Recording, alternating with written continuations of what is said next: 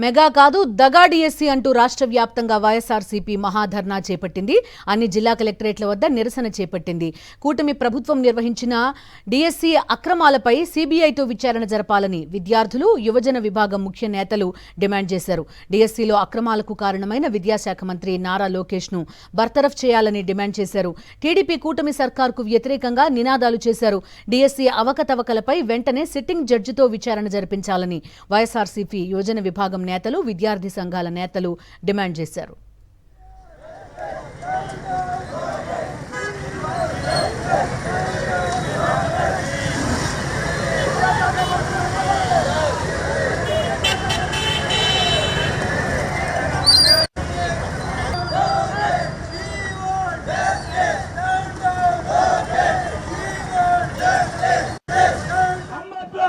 Teacher करूरानो down down नारा लगे श्याम राजा नारा लगे श्याम राजा नारा लगे श्याम राजा नारा लगे श्याम राजा नारा लगे भैया ने डीएससी पर सीबीआई इंक्वायरी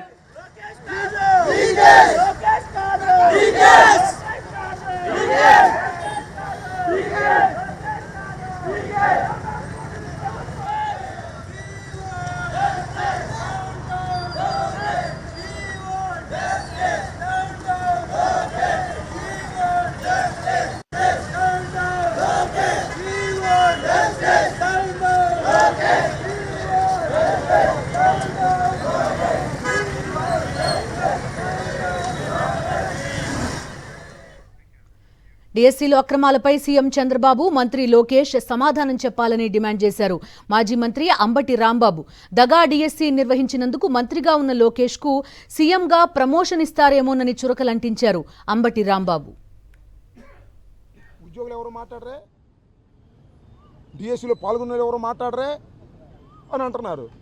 మాట్లాడి ఊరుకుంటారు బాబు మీరు? మేము మొన్న అంబేద్కర్ స్టాచ్యూ దగ్గర మెమోరాండం ఇచ్చినందుకే కంప్లైంట్ ఇచ్చారు, కేసు పెట్టమని నా మీద. మా మీదే కేసులు పెట్టడానికి ప్రయత్నం చేస్తే పాపం దగా పడినటువంటి డిఎస్సి వాళ్ళు ఎవరన్నా మాట్లాడితే వాళ్ళ మీద దాడులు కూడా చేస్తారు కదా. అందుకని వాళ్ళు మాట్లాడలేకపోతున్నారు. వారందరి తరపున మాట్లాడటానికి జగన్మోహన్ రెడ్డి గారు, వైఎస్ఆర్ కాంగ్రెస్ పార్టీ ఉంది. అందువల్లనే మేము ఉద్యమం చేస్తున్నాం. సమాధానం చెప్పాల్సిన వాళ్ళు రౌండ్ టేబుల్స్, పలక టేబుల్స్ కూర్చోవడం ఎందుకు? సమాధానం చెప్పాల్సిన వాళ్ళు కదా, ప్రభుత్వంలో ఉన్నారు కదా. ప్రభుత్వంలో ఉన్న రౌండ్ టేబుల్స్కి, పలక టేబుల్స్కి, లేకపోతే మెమోరాండాలకి కాదు. వాళ్ళు సమాధానం చెప్పే స్థాయిలో ఉన్నారు. సమాధానం చెప్పాలి. మళ్ళీ పోటీ ఉద్యమాలు చేసి చేసుకొని వాళ్ళ కర్మ. అక్కడ దొరికిపోతున్నారు కదా దొంగలు. అక్కడ తప్పులు జరిగినాయి, అదే కదా వాదన వినిపించడానికి ప్రయత్నం చేస్తున్నారు. అతను రమ్మను. ఏది పారదర్శకత? ఏదంటే పారదర్శకత? పారా లేదు, దర్శకత లేదు. ఎవరి దగ్గర? మన లోకేష్ దగ్గర. పారా లేదు, దర్శకత లేదు, పారదర్శకత అసలే లేదు. నేను ఒకటే చెబుతున్నా, పారదర్శకత ఉంటే మాట్లాడవే. నోరు లేదా? నోరు ఏమన్నా పోయిందా? చేతులు అయితే ఉన్నాయి బ్యాగులు మోయడానికి డబ్బులు డిఎస్సి వాళ్ళ దగ్గర నుంచి తీసుకుని 30 లక్షలు, 20 లక్షలు, 10 లక్షలు తీసుకుని చేతుల్లో పెట్టుకుని, బ్యాగులు పెట్టుకుని స్పెషల్ ఫ్లైట్లో వెళ్ళి హైదరాబాద్ దాచుకోవడానికి అయితే చేతులు ఉన్నాయి. సమాధానం చెప్పడానికి నోరు లేదు. పారదర్శకత ఏంది పారదర్శకత? అడిగిన వాటికి సమాధానం చెప్పలేక సెక్రటరీ చేత సమాధానం చెప్పించే దౌర్భాగ్యమైన పరిస్థితికి వస్తే ఇంకా అలాగ పారలేదు, దర్శకత. కూటమి సర్కార్ నిరుద్యోగులను మోసం చేసిందన్నారు మాజీ ఎమ్మెల్యే జక్కంపూడి రాజా. డిఎస్సీ అవకతవకలపై సిట్టింగ్ జడ్జితో విచారణ జరపాలని ఆయన డిమాండ్ చేశారు. వేల మంది నిరుద్యోగులను మోసం చేసిన మంత్రి లోకేష్ కు వారి ఆకలి కేకలు వినిపించడం లేదా అని ప్రశ్నించారు. దగా డిఎస్సీపై పవన్ కళ్యాణ్ ఎందుకు స్పందించడం లేదని నిలదీశారు జక్కంపూడి రాజా.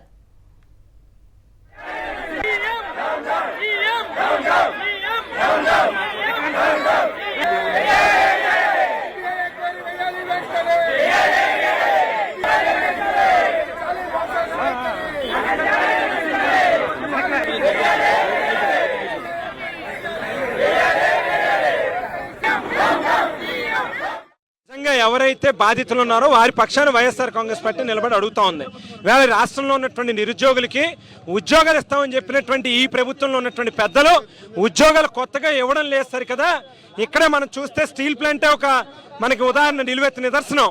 స్టీల్ ప్లాంట్లో పనిచేస్తూ ఉన్నటువంటి ఆవేళ విశాఖ ఉక్కు, ఆంధ్రుల హక్కు అని ఎన్నో పోరాటాలు చేసి చాలామంది బలైనటువంటి పరిస్థితిలో కూడా ఎంతమంది త్యాగాలతో వచ్చినటువంటి వేళ విశాఖ స్టీల్ ప్లాంట్ నుంచి కూడా చాలా మందిని తరిమి కొట్టి బయటికి పంపిస్తా ఉన్నారు. వేళ మరి డిఎస్సి నోటిఫికేషన్ పేరిట ఆవేళ వైఎస్ఆర్ కాంగ్రెస్ పార్టీ అధికారంలో ఉన్నటువంటి సమయంలోనే జగన్మోహన్ రెడ్డి గారు నోటిఫికేషన్ ఇస్తే దాన్ని రద్దు చేసి ఓ పెద్ద పబ్లిసిటీ స్టంట్ కింద వాడుకున్నటువంటి చంద్రబాబు నాయుడు గారు మొట్టమొదటి సంతకం డిఎస్సి నోటిఫికేషన్కి ఇస్తాను, మెగా నోటిఫికేషన్ వేస్తానని చెప్పి ఈవేళ మెగా దగాకి దారి తీశారు. స్కామ్ల డిఎస్సికి ఈవేళ తెరలేపారు ప్రభుత్వం అనేటువంటి స్పష్టంగా కనిపిస్తా ఉంది.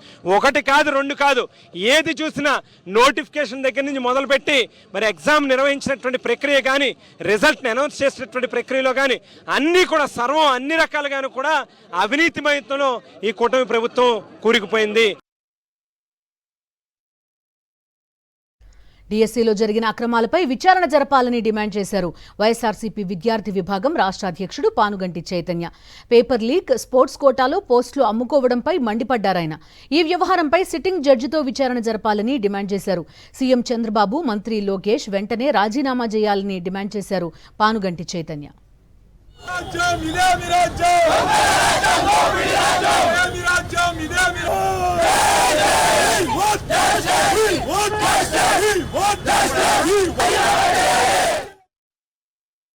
అధికారంలోకి రాకముందు నిరుద్యోగులకి మేము అధికారంలోకి వస్తే మెగా డిఎస్సి నిర్వహిస్తానని చెప్పి నిరుద్యోగులకు హామీ ఇవ్వడం జరిగింది. అధికారంలోకి వచ్చిన తర్వాత మొట్టమొదటి సంతకం డిఎస్సి మీద చంద్రబాబు నాయుడు సంతకం పెట్టడం జరిగింది. సంతకం పెట్టిన తర్వాత సుమారు 7 ఏడాది తర్వాత డిఎస్సి పరీక్షలు నిర్వహించడం జరిగింది. మెగా డిఎస్సి కాస్త డిఎస్సి అయిపోయింది. ఈరోజు మన పరీక్షలు నిర్వహించిన రోజు నుంచి మనం గమనిస్తానే ఉన్నాం. డిఎస్సి కాదు, ఇది దగా డిఎస్సి అని ఎందుకు చెప్తున్నామంటే పరీక్షల నిర్వహణ నుంచి వాళ్ళకి అపాయింట్మెంట్ ఆర్డర్ ఇచ్చిన వరకు అన్నీ కూడా అవతవకలు జరిగాయి. ఎందుకంటే ఈరోజు మనం చూసుకున్నాం, సుమారు 16,347 పోస్టులు రిలీజ్ చేసి అన్నీ కూడా అవినీతే. ఎందుకంటే అధికారులు సడన్ గా టెట్ కన్వీనర్ని తొలగించడం, కొత్త వ్యక్తులు నిర్మించడం, ఆ తర్వాత ఎన్నో అనుమానాలు వ్యక్తం పడుతూ ఉన్నాయి. ఎందుకంటే ఎస్సీఆర్టీలోని ఒక జాయింట్ డైరెక్టర్ ఉన్నటువంటి కృష్ణారెడ్డిని దీని యొక్క టెట్ నిర్వహణగా నియమించడం జరిగింది.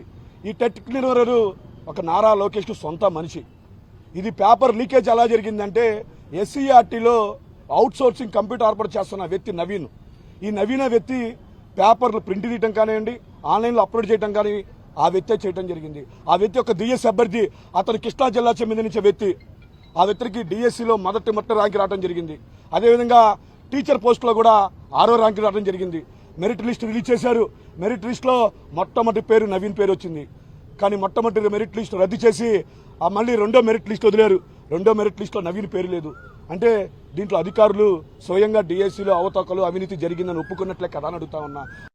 ఈ నవీన వ్యక్తి పేపర్లు ప్రింట్ తీయటం కానివ్వండి, ఆన్లైన్లో అప్లోడ్ చేయడం కానీ ఆ వ్యక్తే చేయడం జరిగింది. ఆ వ్యక్తి ఒక డిఎస్సి అభ్యర్థి, అతను కృష్ణా జిల్లా చెందించిన వ్యక్తి. ఆ వ్యక్తికి డిఎస్సిలో మొదటి ర్యాంక్ రావడం జరిగింది. అదేవిధంగా టీచర్ పోస్టులో కూడా 6వ ర్యాంక్ రావడం జరిగింది. మెరిట్ లిస్ట్ రిలీజ్ చేశారు. మెరిట్ లిస్టులో మొట్టమొదటి పేరు నవీన్ పేరు వచ్చింది.